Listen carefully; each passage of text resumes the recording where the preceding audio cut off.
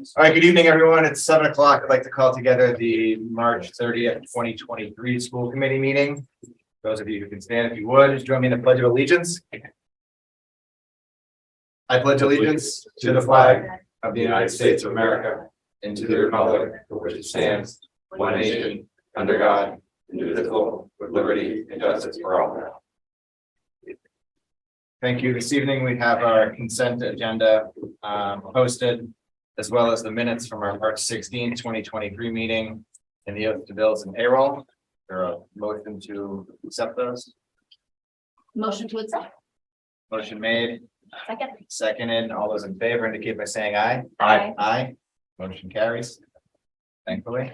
This is our first opportunity for interested citizens. We'll make a brief pause here to see if there's anyone in the room or anyone on Zoom that would speak before the school committee. Seeing none, hearing from none, we'll move on to our recognition portion of the meeting. We'll hear from our student representative, John Feltus. Thank you, John.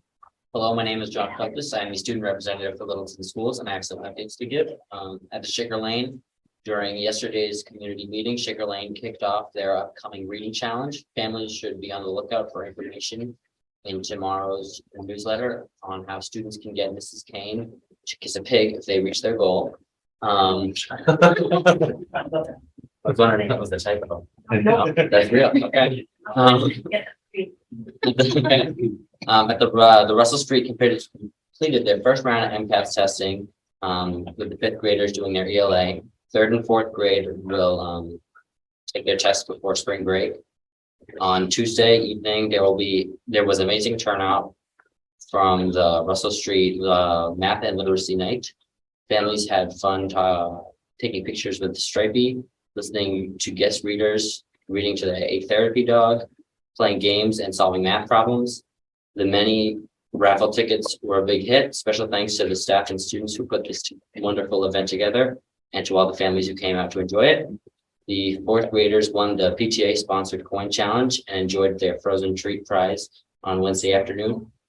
At the middle school, they had their spring conferences and the Latin students took the national Latin exam, and we hope that they all did well. At the high school, Spirit Week was a great success. Lots of people participated in the festivities. We had our first pep rally since I was a freshman because of COVID, and it was great to see people participating in that tradition again. The 10th grade had their MCAS testing yesterday and the day before that. And the Spring Musical Chicago will be at the high school this weekend from March 31st to April 2nd. Thank you very much, John. Superintendent Clancy. John covered everything that I had. And you also have a speaking role this evening with your report, so I can roll right into that. Good, yeah. There we go. So we've got a couple presentations this evening, first of which is superintendent's report. So Dr. Clancy. Thank you.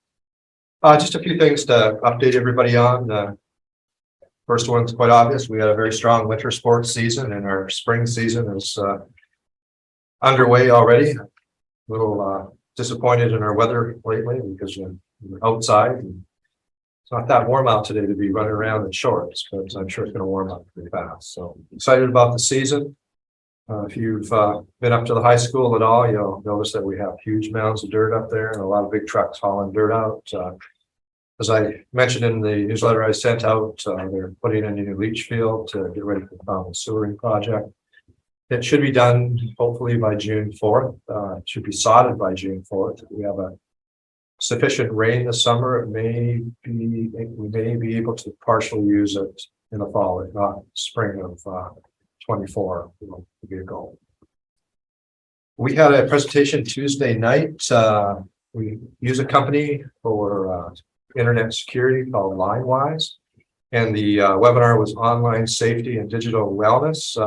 Went through a number of key areas that are tailored to middle school families, and it was really informative, worthwhile. What we really like about this program is you can go onto our website, go under community, and look for LineWise, and you can get into that website.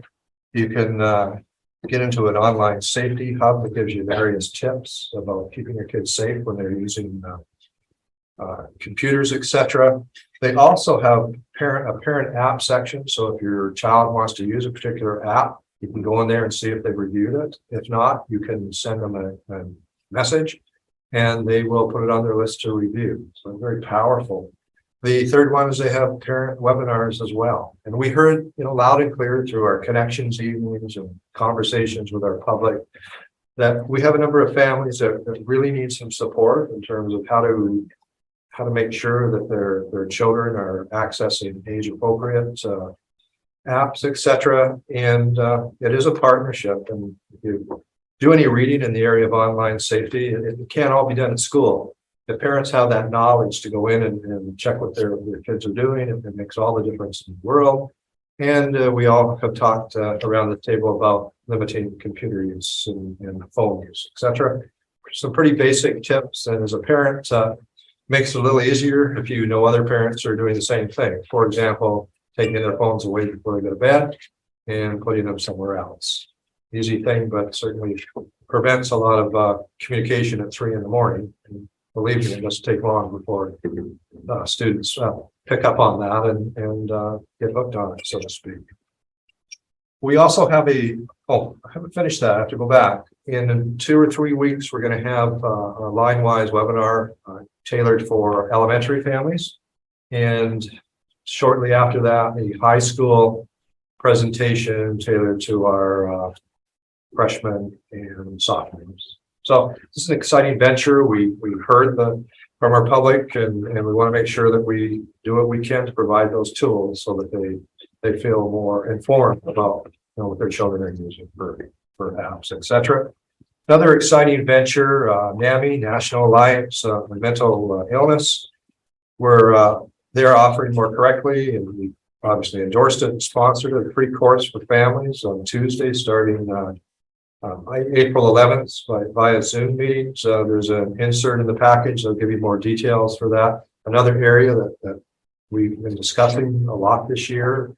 You had a wellness presentation not too long ago and looked at all the things that we were doing to help students that are struggling in various areas. And this is just another add-on to provide support to families, staff, and students who want to tune in. So excited about that series. Superintendent evaluations, that time of year again. Scheduled the evaluation for April 13th during our public meeting. I'll have a chance later on this evening to talk about the process when we talk about contracts. So the evaluation is in my contract, so it is worthy of an executive session. Some of the things that we're going to talk about, or what you're going to receive, would be my self-evaluation with links to evidence on the 10 elements that I will be evaluated on.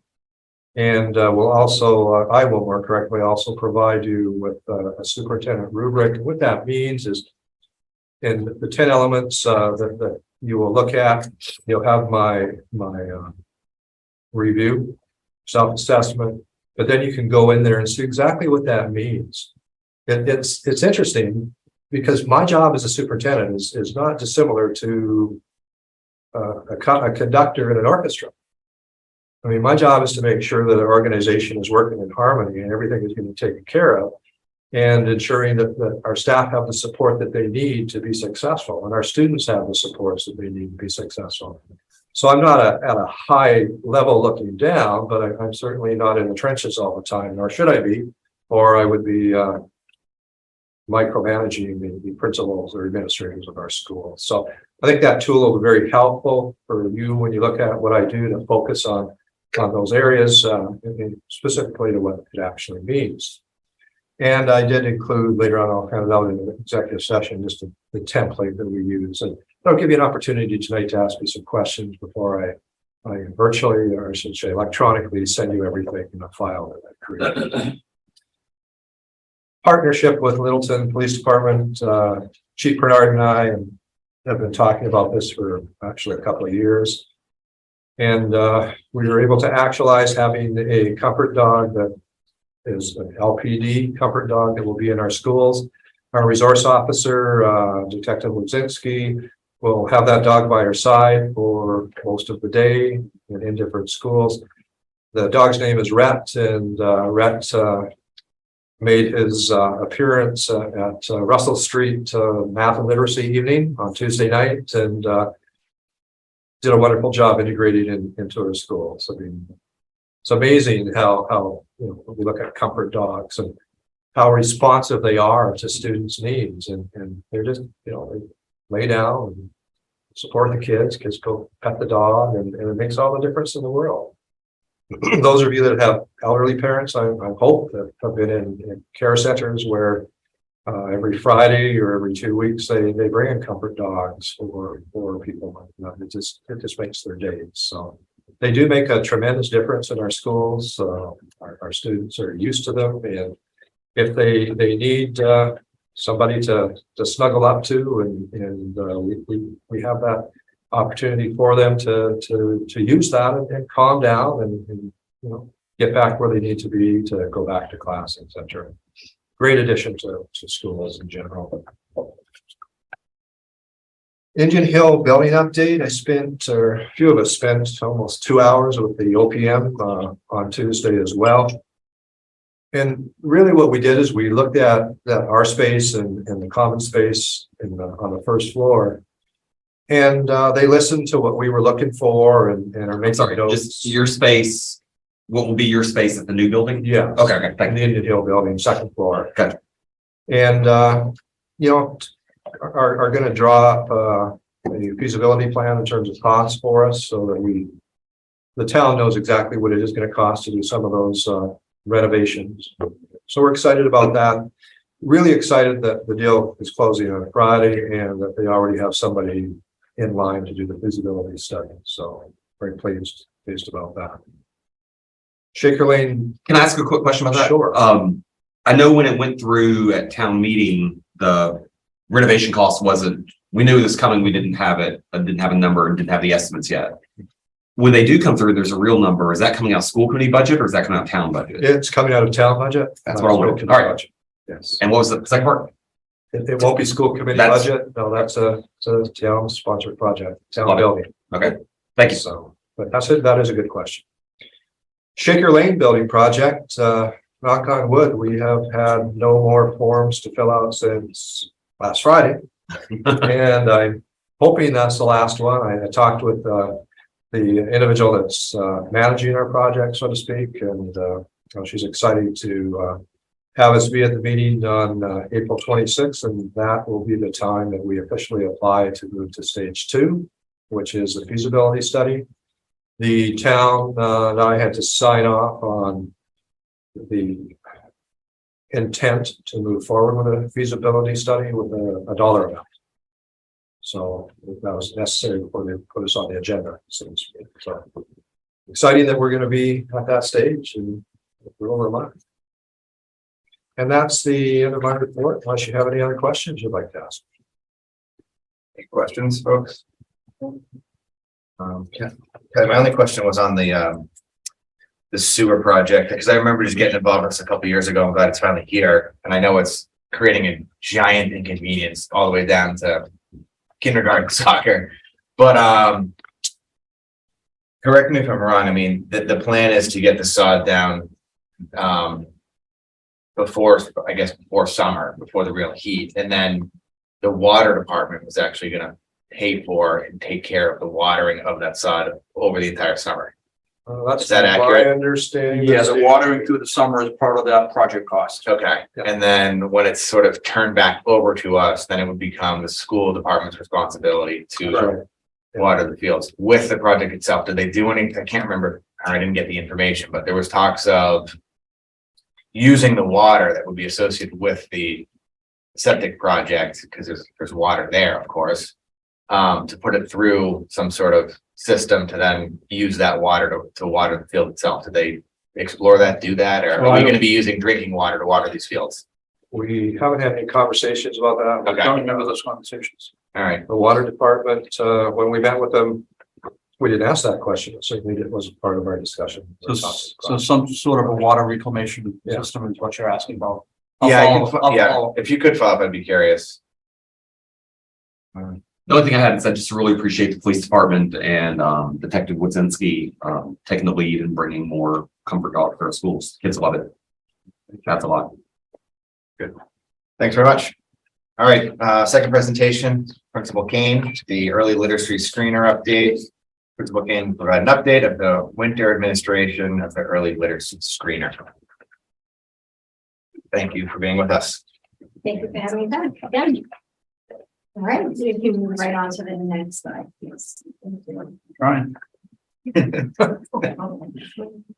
Well, he gets that coming. We can actually go one more. Yep. So I was here with Mrs. Steele earlier this year, and I'd love to just give you just a quick update on how fall to winter went. So earlier this year, we color coded the cohort so you could look at last year's students, how they did this year. So for example, last year's kindergarten and transitional, how they did first grade, last year's first graders and how they did in second grade. So I'd like to call your attention to the two columns on the right, fall 2022 and winter 2023.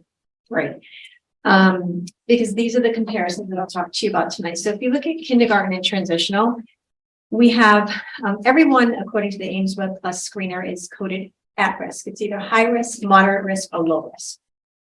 There is no risk.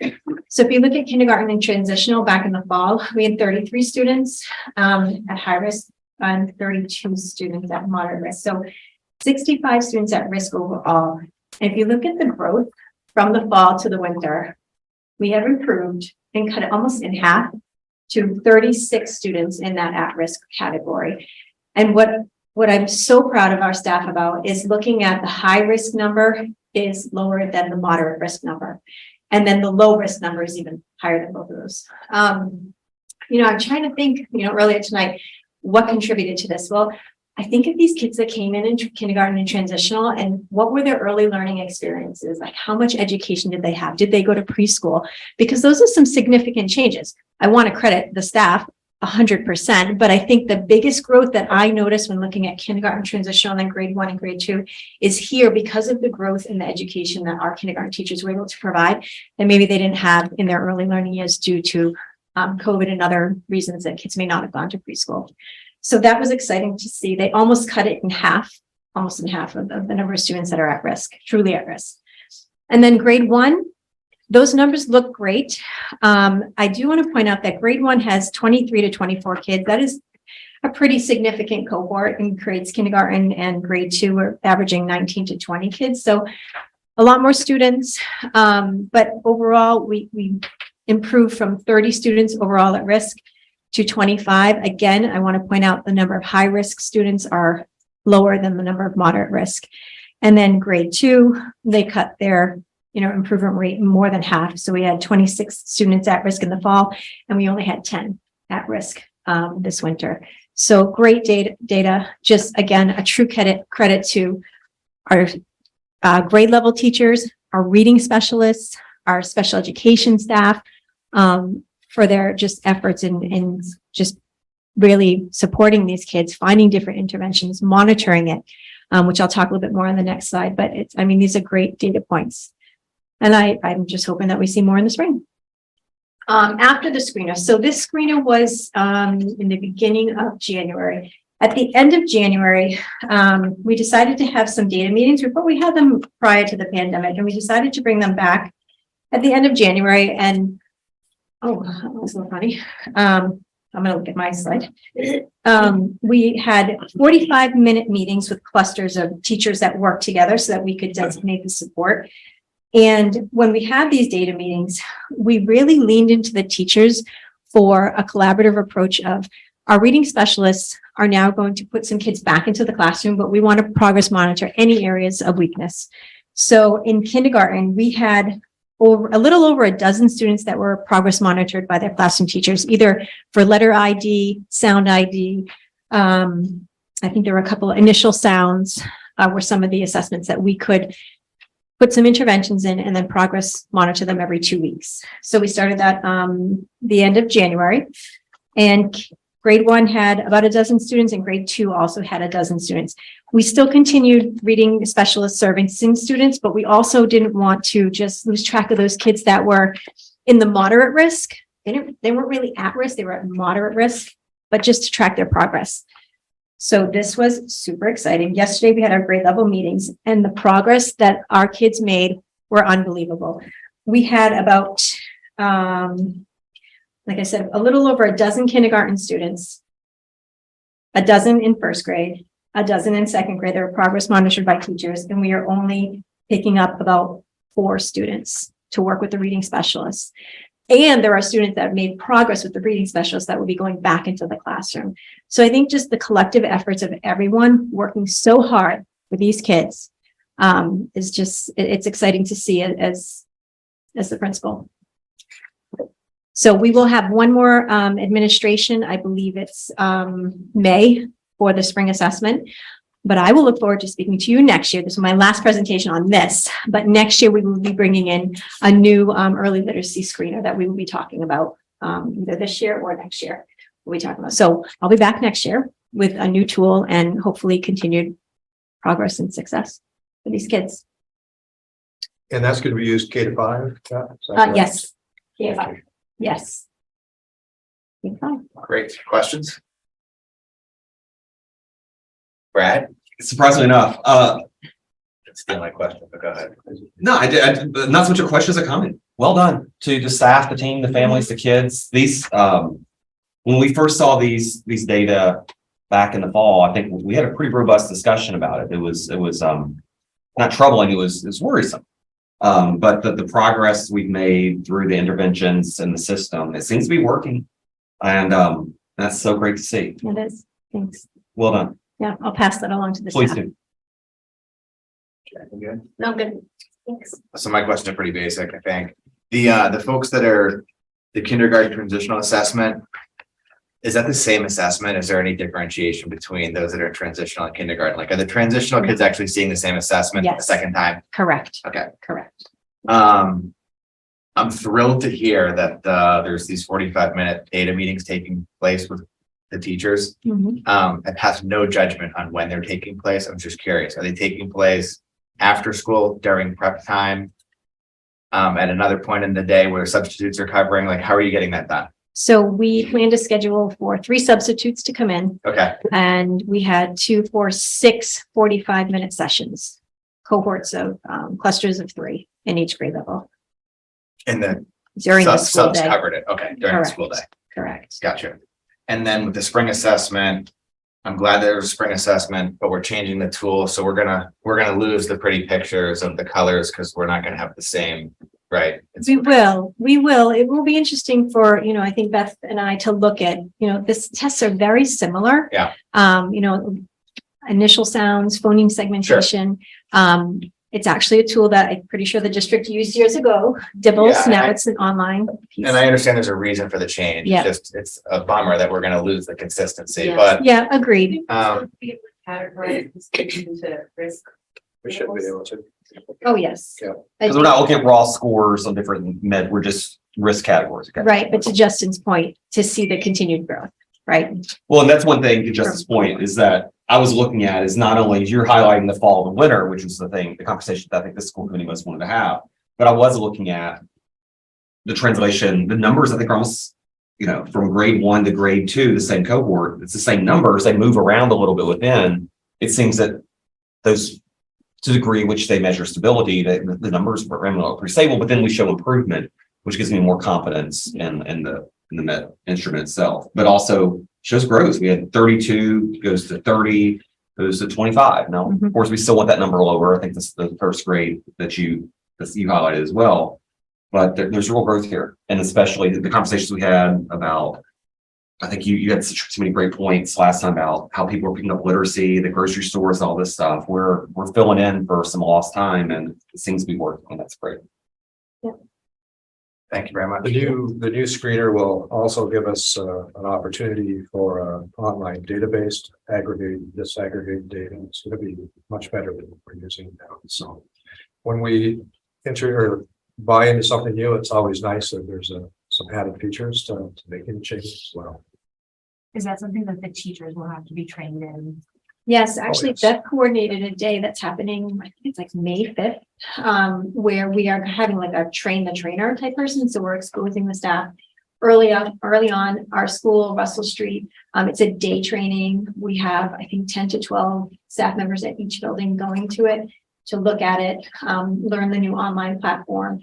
And that way we can hit the ground running in the fall. Where when we brought this in last year, it was learning it in September. And I think that teachers are familiar with this. They know what this is. They were familiar with Dibbles. So I think it will be I'm hoping for a seamless transition. I think about this as well.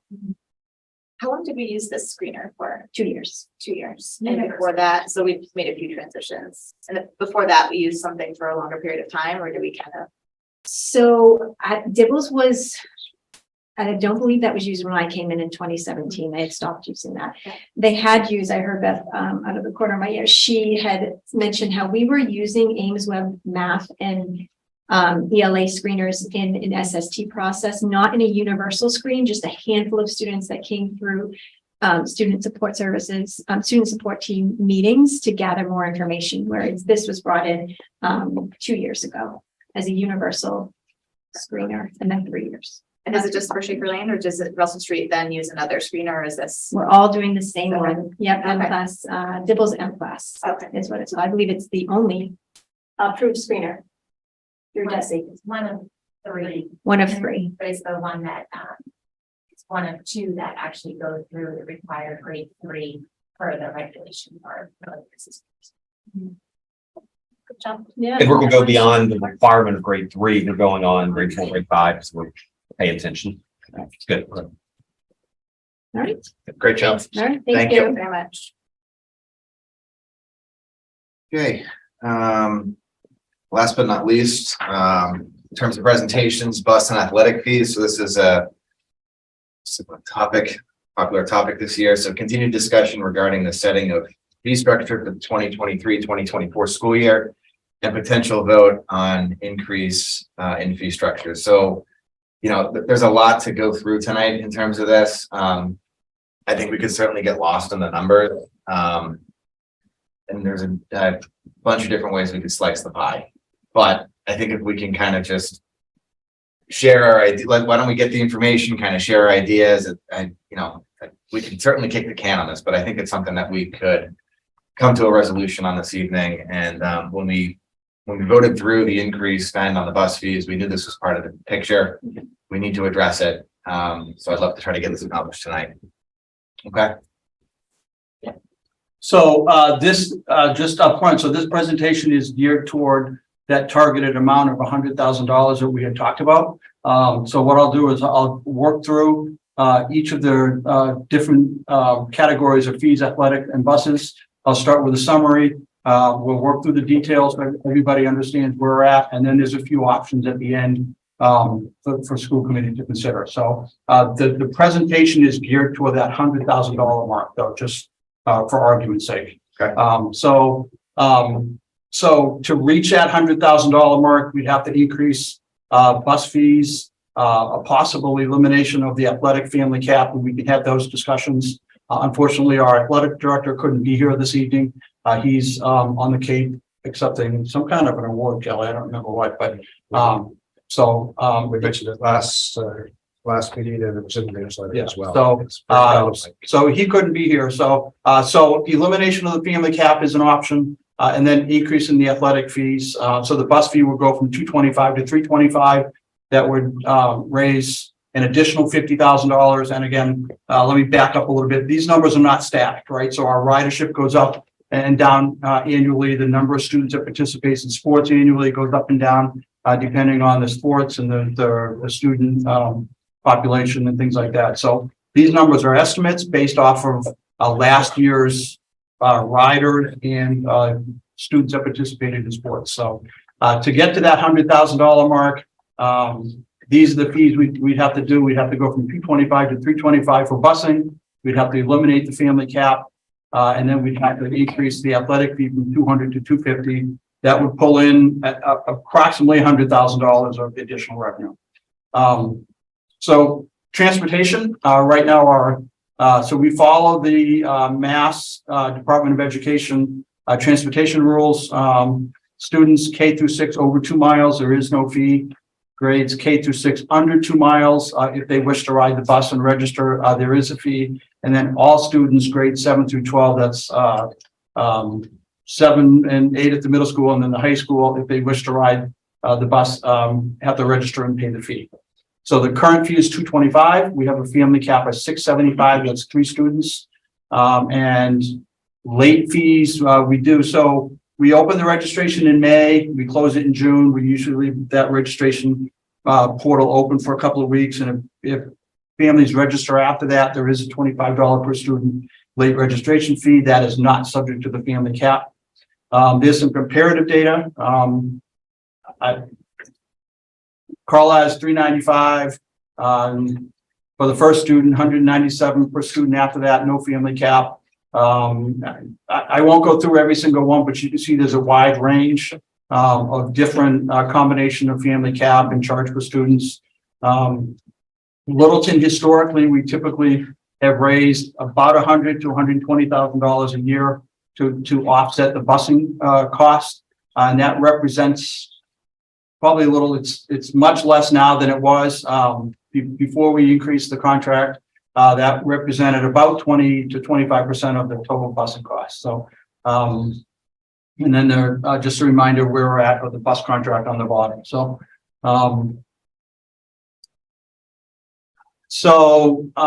to increase bus fees, again, it's based off of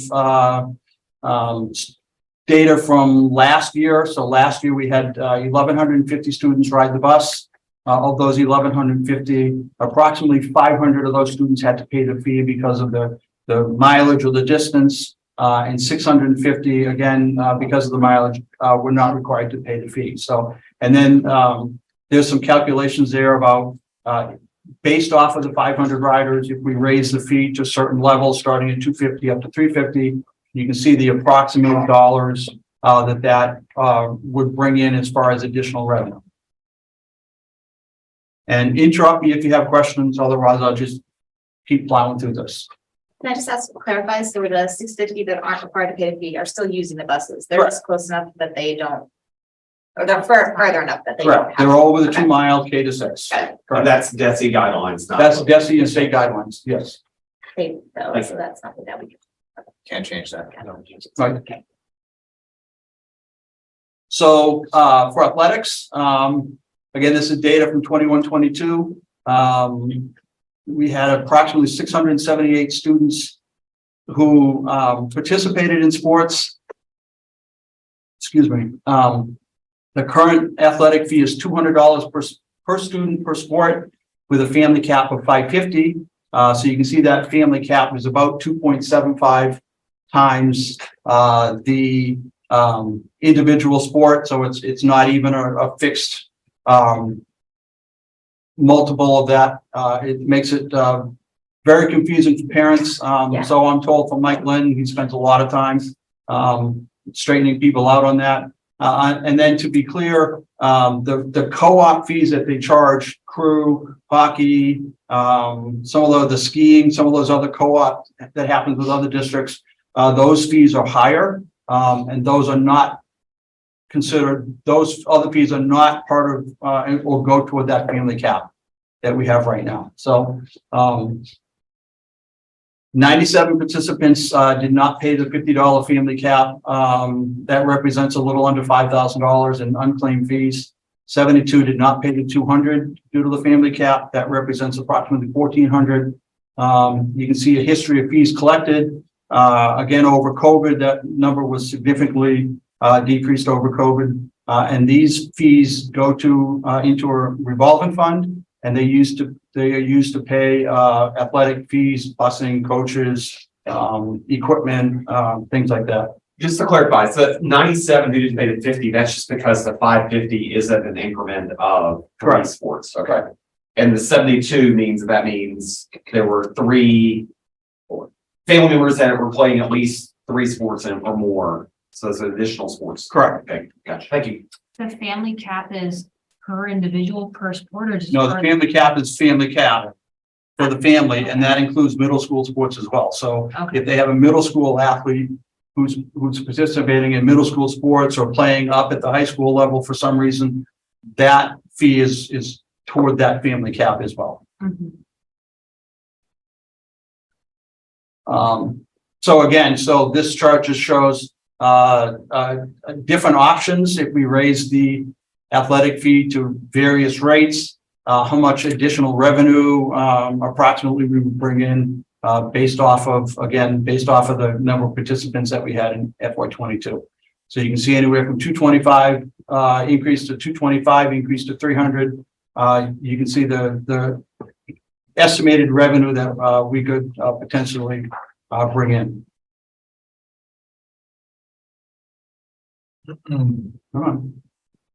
And then this slide, as an alternative, we had discussions about the 100,000 might be too big of an increase. So let's look at a $50,000 option. So to reach that $50,000 revenue estimate, we'd have to raise the fee from 225 to 250. We're still recommending elimination of the family cap. Again, that's in consultation with the athletic director, and then increase the athletic fee from 200 to 225. And that would bring in just a little under $50,000. Again, it's not a static number, but and then another thing to consider would be if you don't want to eliminate the family cap and you want to have some multiple, it should be an even multiple of whatever the fee is. So we're not getting to this mixed up. And it's hard to estimate what that financial impact would be, but it would be somewhere north of zero and less than $19,000 if you raised it to, if you kept it at 3, you probably wouldn't have any impact. If you increase the family cap for athletics to 4, 5, or 6, it would have some impact. So you're not penalizing everybody. So, Do you know for athletic fees, sort of where we are in comparison to other programs? I'm going to get to that. Oh, I'm sorry. Yep, I'm going to get to that. Great question. It's golf ball. So this slide just shows multiple options. So there's a $50,000 option, a 75. I feel like I'm selling something on the marketplace here, but there's a $50,000 option. Easy payments. There you go. And there's more. Wait, there's more. So again, just 3 options. You know, you can pick something in between, and the revenues would be in between those numbers, but 50,000, 75, and $100,000 option. Again, this assumes we're eliminating the athletic family cap. If the decision is not to eliminate the family cap, then again, that the impact of that would be anywhere between $0 and $19,000. It would have an impact. And again, anything different from anything less than the $100,000 target option that we had talked about when we did the busing and the budget, those funds have to be made up someplace else, school choice, other parts of the budget, things like that. So, so those are the 3 options. That's it for that. And then just give me 1 second and let me pull up the slide with the comparisons, just so people at home can see it.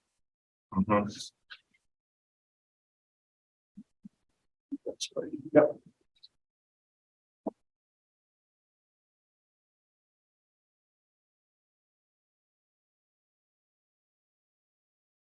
Go on.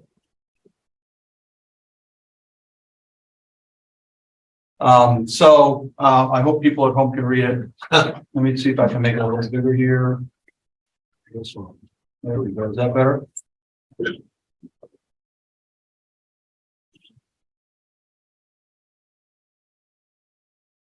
don't know why it's not showing on the screen. It's bigger on my screen. But it's in the packet. It's online as well. And you can see so it's really a mixed gambit of everything. There are some districts that don't charge anything. You can look down middle of the page at Hudson, they charge $125 a sport. Bromfield has a mixed bag. Cross country is $260, golf is $360, the ski team is $360. And again, that's a base fee. But they also charge, I believe, extras for like the ski ticket for the ski program and things like that. So those are not total inclusive costs. Fitchburg is $50 a season. I mean, there's a whole range here of different towns that charge different fees, and I won't bore you and go through all of them, but you can read it and see that they're all over the place. So Neshoba has a $900 family cap. Again, doesn't include, hockey fees and skiing fees and things like that. Quabbin has, 0 fees. Shrewsbury's $325. Again, I won't go through all of these, but, Sure. so that's a quick presentation on where we're at with fees and multiple options to hit to that $100,000 target. Steve, can I ask a question? Why first of all, did you say that Mike Lynn said he recommends not removing the family cap? No, Mike Lynn, the athletic director, recommends removing the family I cap. said he recommends removing it. Correct. What's the thinking behind that from his perspective? Because he needs money to run his program. Because it seems like there's so many just different levers we could pull here, but There's lots of different options. so many levers trying to decide between whether it's more fair or, I don't know, equitable to raise the per student or per sport rate for everybody versus And keep removing the the cap, family cap. and Or keep the family cap. you could keep a family cap, but raise it. That's another thing. You don't have to. Correct. You could raise the Move family it. cap to, I really hesitate to make a recommendation here, but, it should be a multiple of whatever fee you Definitely. decide. Yeah, that's And crazy then, that it's not.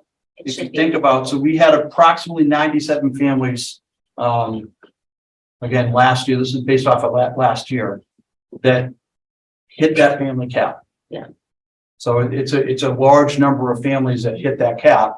And some had 2 and 3 students that played, one had, a lot of families had 1 student that played 3 sports, and you hit that family cap. So, Yeah. Again, whether it's 4 or 5 or 6 times the per sport cost, you would pick up some additional revenue by, keeping that family cap for the protection of families. Yeah. And still raise some additional revenue to help offset the cost of everything. It's also much easier to track without a family cap. Yeah. That's right. Right. Okay. So You yeah, it's mentioned just, that, I'm sorry. no, yeah, I can see Mike's probably exhausted from talking to families that, hit the cap and have to give them back certain amounts. of Well, and money. he spends, there's a lot of confusion with parents. Yeah. Some parents will, send in a check and then we have to send it back. Some parents don't send in a check because they lose the family cap, but then they've included the co-op fees in their thinking, and Mike has to argue with them that no, those aren't included, and back and forth. And, He wants to simplify it. it would be much simpler to manage Yeah. on the district, without that, or again, at least some multiple, 5 or 6 times, whatever that. Credit card authorization, just, Yeah. It's the way to go. and Mike sets the fees and pushes the button. Right. Why don't we go around and you can either ask a question, make a comment. Why don't we see if we have questions, and then we can maybe go around and share your thought process on how to move forward. And then after we've heard from everyone, we'll hopefully come to a conclusion. Hopefully I didn't go through it too fast. No, No, it was helpful. Thank you. And although, And I want you to note, by the way, my presentation was in color this time, so. Yeah. It was duly done. yeah, And the chart was the 5 of 4.5. right, but we can blow that up. With the gathering or whoever made available all of the sports is extremely helpful. And that's what I meant when we Yeah, just yeah, slice this a thank you. million different ways. I mean, Yeah. the busing is pretty straightforward, but the sports, I mean, we can do whatever we want, but Yeah, the sport gets really complicated and we're gonna keep it simple. Gino? Yeah, so Questions? you mentioned, talking about needing money to run the athletic program. How much of this goes to the athletic program and how much of it goes to busing? Are we not talking about this in terms of impacting busing? well, we are, and that's where we get into, really, use these funds to offset the busing, but maybe allocate some of the funds that we have to a busing to help the athletic program. Yeah. Gets a little complicated.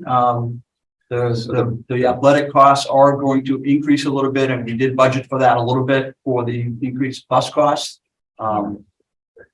So if we go from 200 to 300 on this slide, is all of that increased revenue going towards busing, or have you accounted for some of it going to? At this point in time, we're gonna say it's all going toward busing at this point in time for the sake of argument. Okay.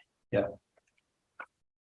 Yeah, it's a great question. I mean, it goes to Good the question. school It's very department, complicated. and then we in turn have bills to pay, whether it's Yeah. athletics or busing, we're just gonna pay the Well, bills that's with. what I'm wondering, if we vote to increase it to 300, but actually the athletic department needs increased funding, we haven't actually offset the transportation cost by as much as we thought we would. But we have, because we have to pay less towards the athletics, so the less that we pay towards athletics makes then more money available to busing, like, if we receive an extra $100,000.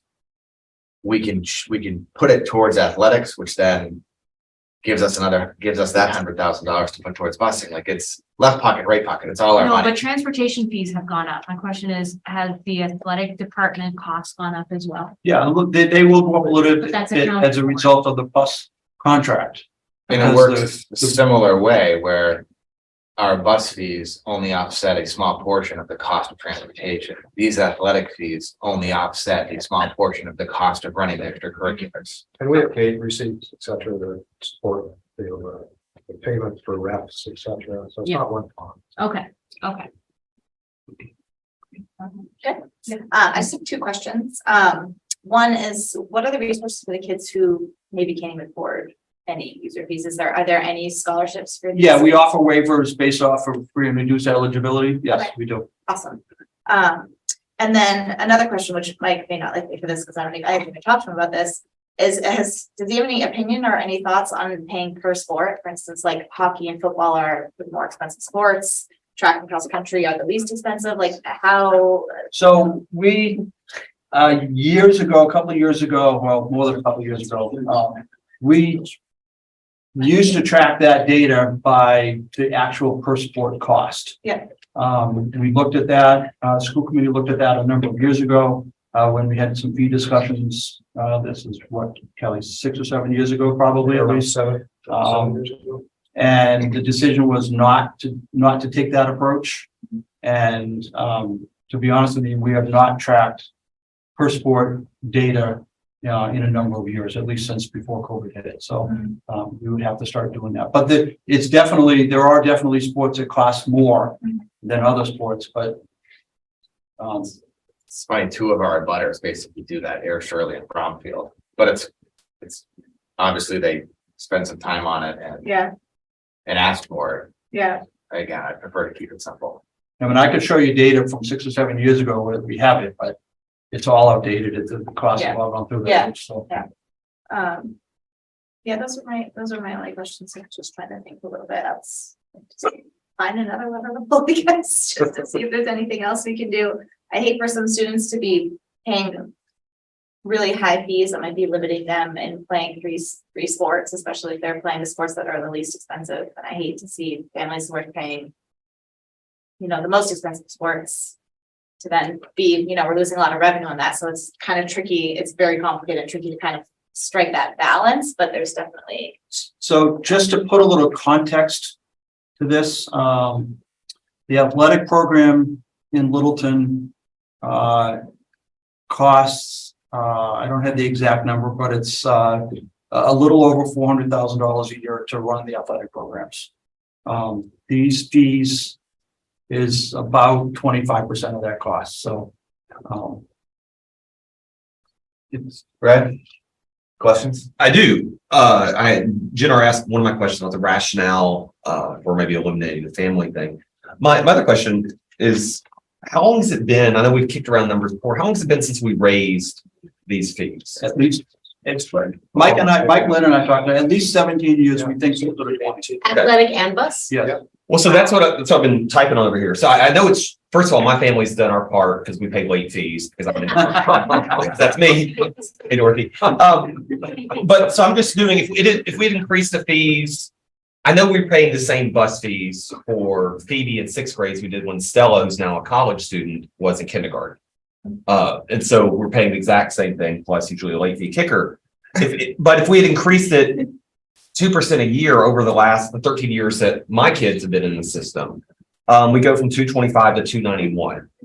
That's just with 2% a year over a much. I mean, I can easily extend the formula so you can see where we would be if with 2% over the year over the last 15, 17 years, and suddenly we're getting to the numbers where we may land anyway. Correct. So, well, I'll just say that So that is in one part of my mind, that makes a lot of sense. The other part is, it doesn't make perfect sense to me to have all this increased cost land on families now, after others sent entire families through the school district without paying the increased fee. So I don't think I'll be in favor of going where we would be if we just increased it 2% a year over 17 years. So it's not in the packet because I wasn't sure we were going to go there. I can put it on the packet. But on the screen is our estimation of if we started with the $50,000 increase in fees, and we projected that out using a cost of living increase, either 3% or 5%. You can see that, so the 3% chart on the top, the target for bus fees, the target to get to that $100,000 mark would be to raise the fee to $325 a user. You can see if we went to the $50,000, which would be raise the fee to $225, or I'm sorry, to $250. It would take 10 years to get to that $325 user mark at 3%. At 5%, it takes 7 years to get there. Likewise for athletics, if you raise a fee from 200 from the current to 224, for 2024 next year, and you raise it to 225, to get to that target of 250 as part of that $100,000 mark, it would take 5 years or 3 years, depending on the cost of living increase. So you can see if you start with a lower number and increase it every year, you still have a number of years where we're short of that $100,000 target. And so again, those funds need to come from someplace in the budget to make that up, because the bus contract is a fixed cost at this point in time. And I'll just, so if you looked at the 3% cost of living increase for the bus fee, it takes you 10 years to get to that target of $100,000. Well, that's 2 bus contracts away. Our bus contract is going to go from $1.2 million to who knows what in 10 years. So again, it makes it more complicated, and I'm throwing a lot of numbers, and I apologize, but recommendations. Jen, you have any questions? No, Brad, you in turn took my question, which is great. Yeah. you want that back up if you want it back up. No, I'm glad you asked, because that's really enlightening and helpful to me to see that it hasn't changed in 17 years when the cost of everything has gone up excessively since then. So it's useful to see that. But I don't have any other questions. Can I ask one more question Sure. before we go to Yeah. discussion? Is there a difference in cost for middle school sports versus high school? For fees, Yeah, because one of the districts has a different cost for middle school and high school. no, we try, if the middle school is playing, it's the same athletic fee. Okay. And again, we're currently still subject as part of the family cap. So Yeah. if a family has a student in middle school and one in high school, Yeah. 2 in high The school, fee is they're all, the same. the I'm fee saying is the same. Middle school sports costs the same. The same number of games, the same, like it's generally the same. I'm gonna say no. No, I think the philosophy for years is, again, keep it as simple as we can, and we want to support all programs. If you start making too many different lanes for costs, it's a nightmare. We're gonna have to hire staff to figure this out every year if we start getting too convoluted. I understand where you're coming from, because you're right. I mean, I just saw one district had a cost for high school, and a cost for middle school. I was just. Yeah. Right. I mean, those same students, when they get to high school, are gonna, reap the benefit of more games, etc. Yeah. More traffic. And we do have a number of, and again, the athletic director can talk to this better than I can. We have had instances where we've had middle school 8th graders playing on high school sports. Yeah. Because the high school didn't have the numbers, or they were a good player and could play up to that level and things like that. But I don't, that's all I know. Yeah.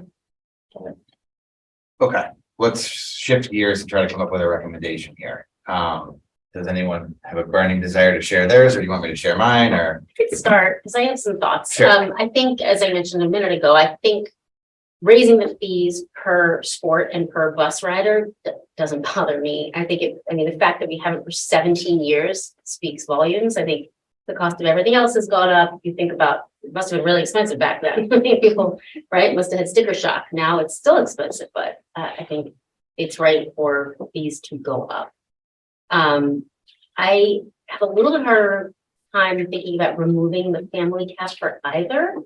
I have more of an appetite to either raise the family cap or keep it and raise the per rider and per sports fee. So that's where I'll start. It seems Great. like I see a lot of nodding heads, so maybe we're in. Consensus on that. So we're not recommending removal of the cap for the buses. Okay. It's an option, but. It is an Okay, I'm option. just saying generally, I don't feel like fully removing the cap for either is right, but maybe raising the family cap and raising the per rider and per sports fee. Sure. Seems like. Brad, we'll go reverse order here. Yeah, so I had more or less the same idea. I think that we shouldn't try to catch up all at once because that is a sticker shock. Even if it's a bargain compared to 17 years ago, it won't seem like a bargain, especially with other town costs and tax bills, everything else going up. My gut reaction looking at these numbers, and thank you again for providing so many of them, was that to put a little more specifics on our same general idea is $50 increase per rider, $50 increase per athlete, and have the family cap at 3 times the new number, which would be 275. I haven't run the math, done all the modeling you have, Steve, about what kind of revenue that generates, but that feels right to me, and the kind of thing that we can explain to our families. It seems more or less in line with what other schools are doing.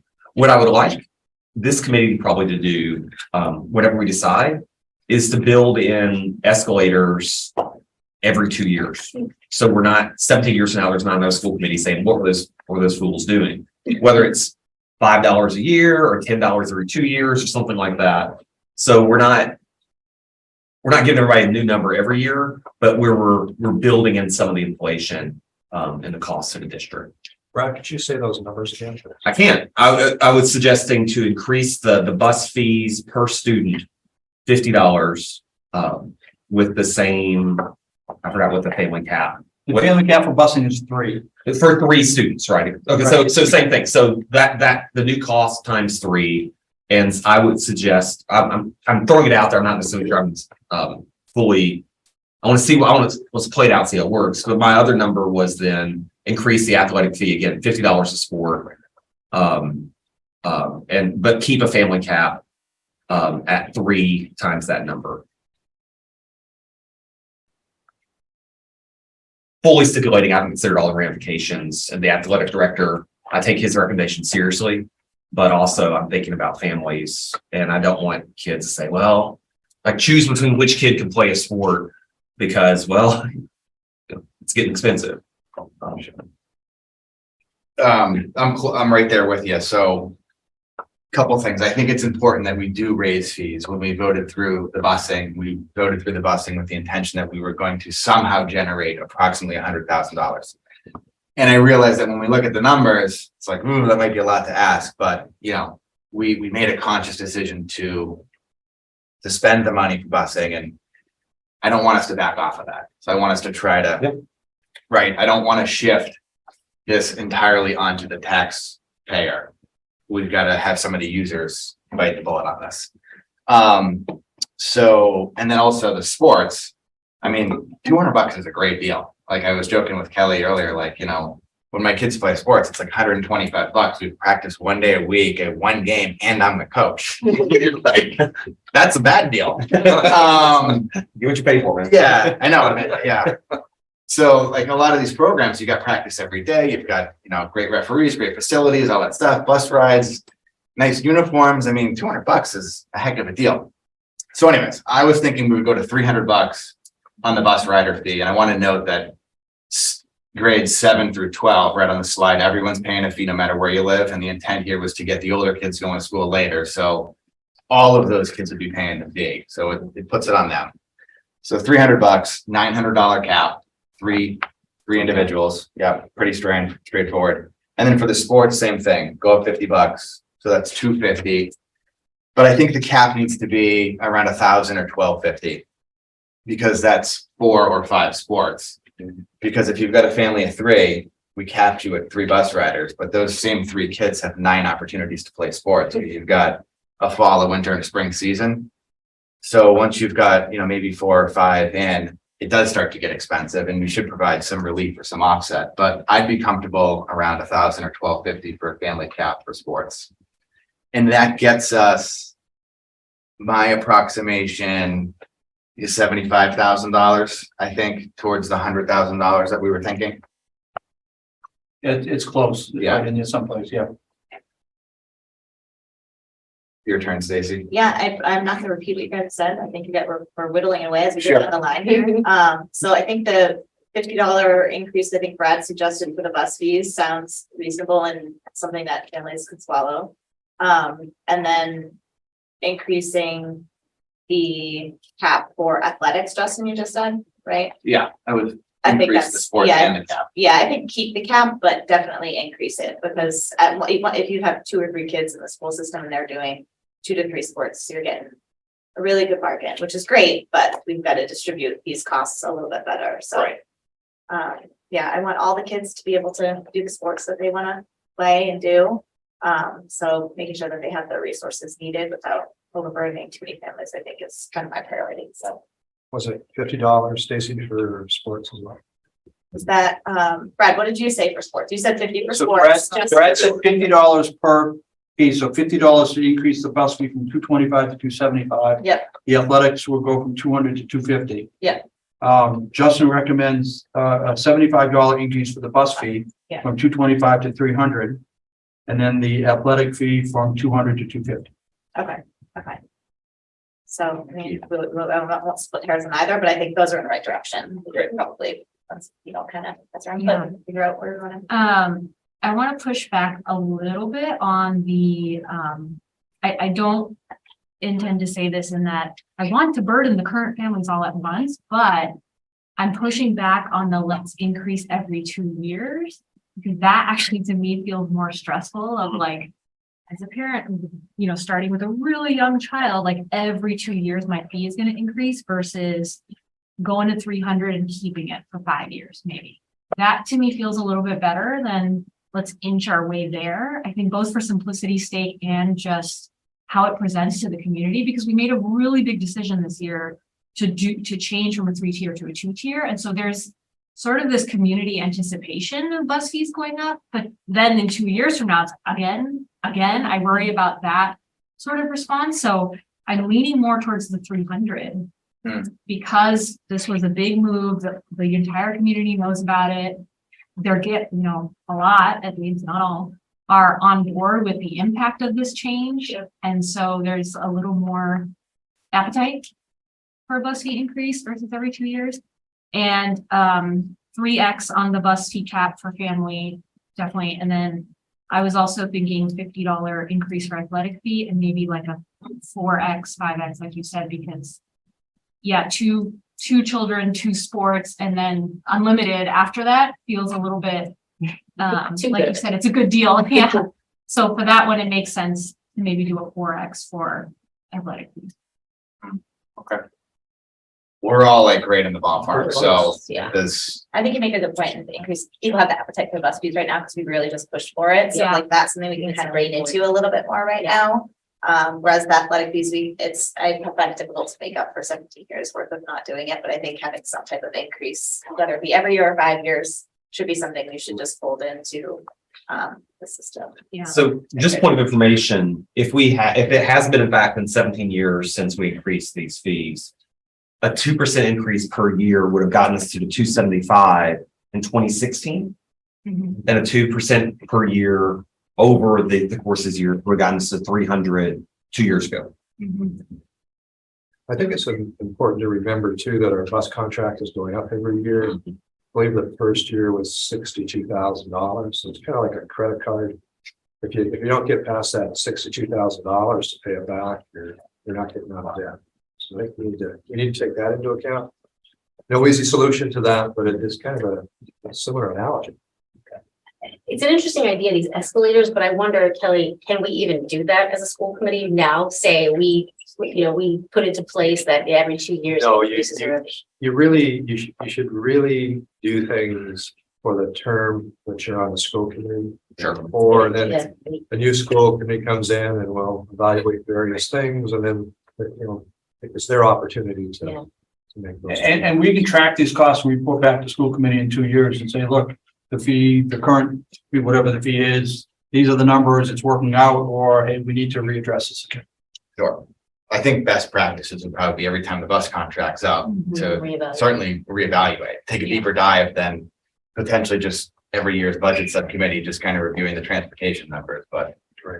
What we can't do is go another 17 years Yeah. doing it because we've left, the district's left a lot of money on the table that it could have used for important things Yeah. by not keeping, even trying to keep up with costs. I mean, part of the challenge in the past was the school committee was trying to be competitive. We send students to a system that doesn't charge athletics. And so, I mean, that was something that we had to take into account up till now, and now we're changing our transportation system, so there's an opportunity to reevaluate this to help make this happen.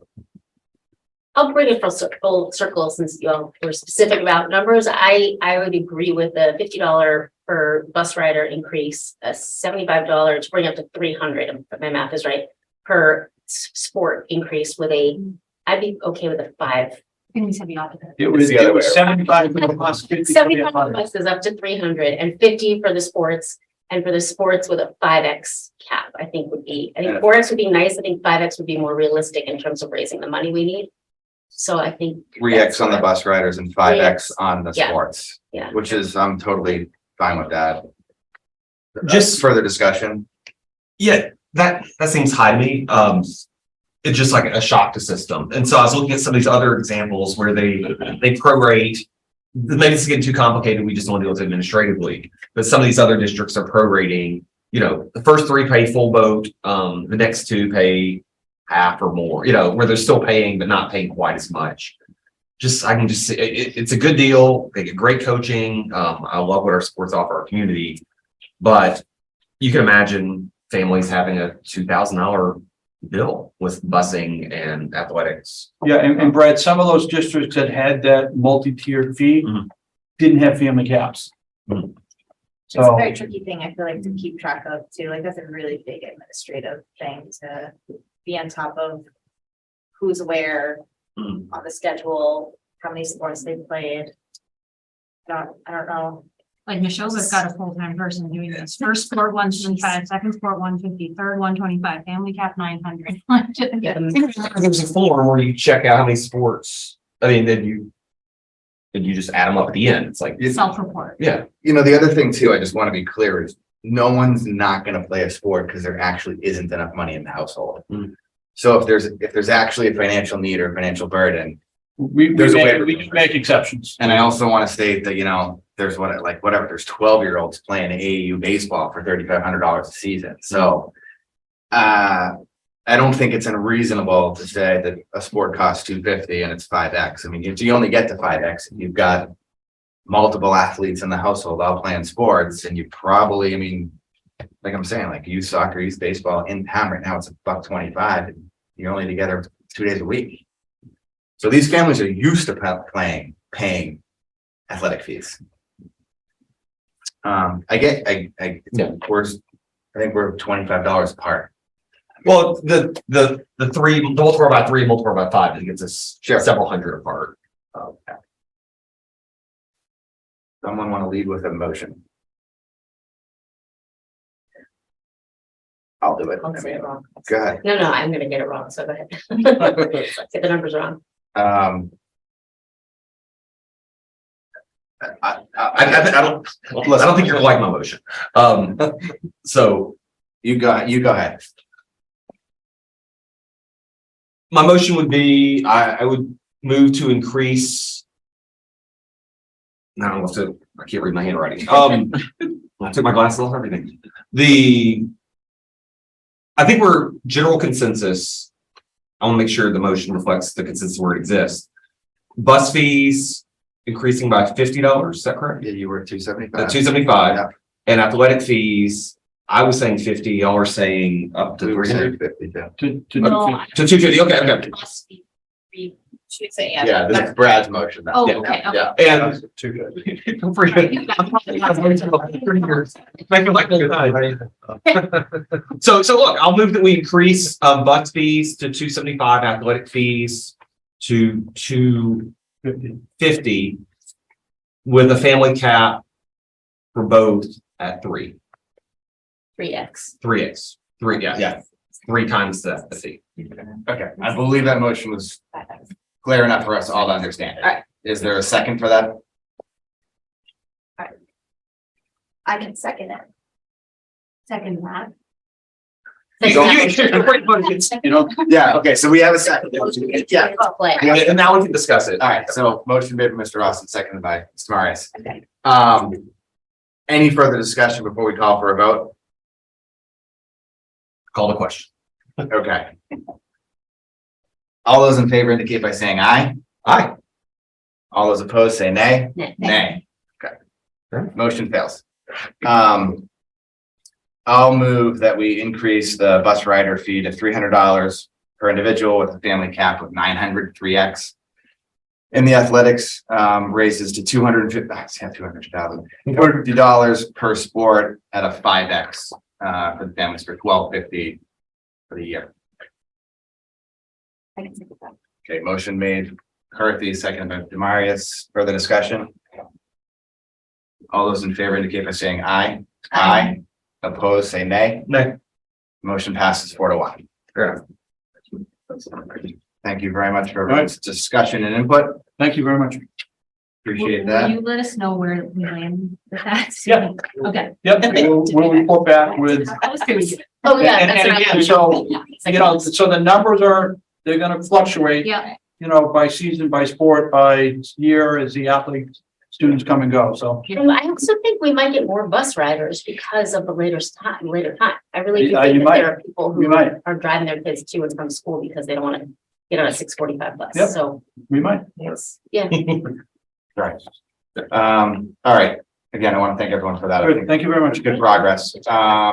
So second opportunity for interested citizens. Looks like we do have one hand up. Dory, if you could do the pleasure. Sherry Turner? You there, Sherry?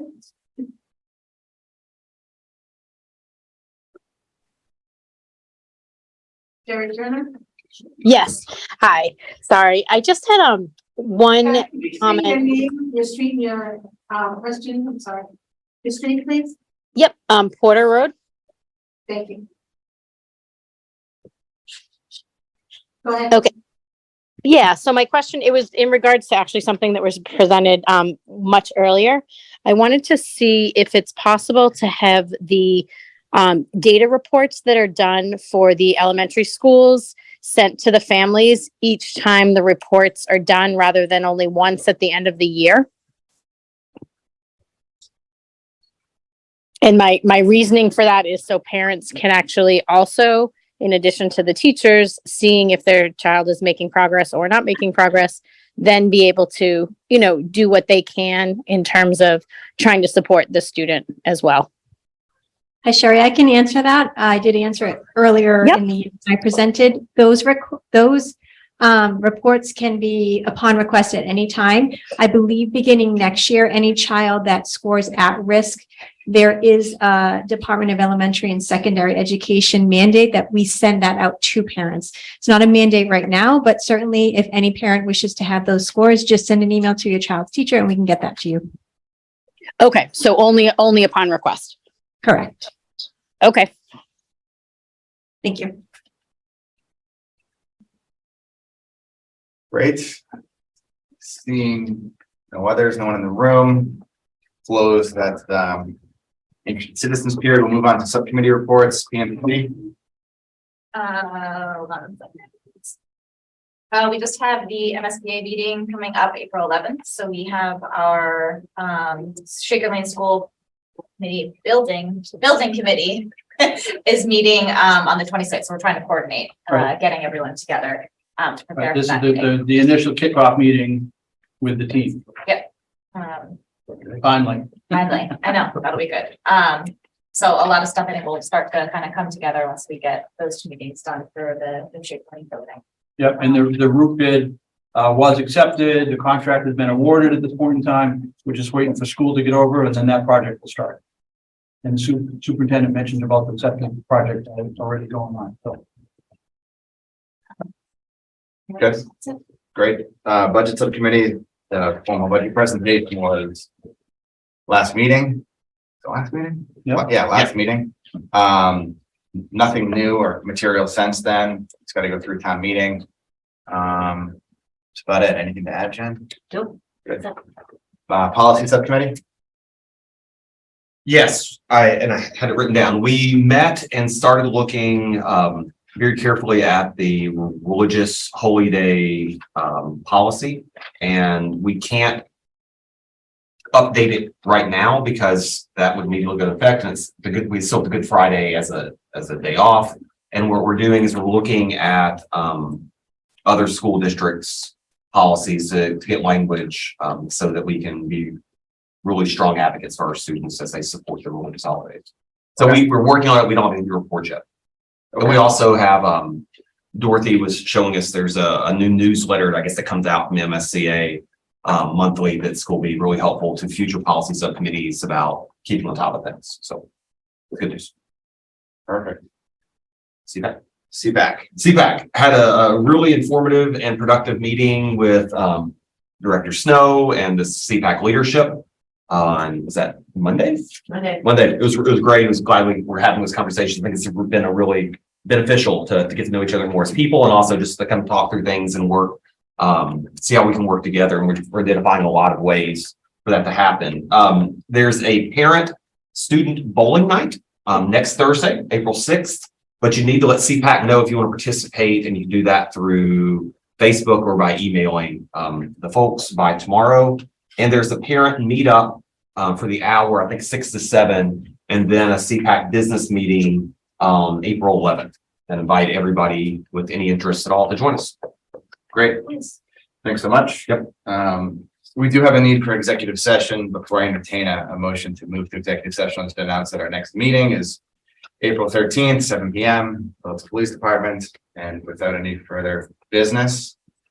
Okay, I'll say it. I move that we adjourn and enter executive session for the purpose of contract negotiation discussion with no intention to return to open session. Motion made and seconded. All those in favor indicate by saying aye. Aye. Aye. Opposed? None. We are adjourned, and we will move into executive session after the room clears. Thank you very much. Thanks all.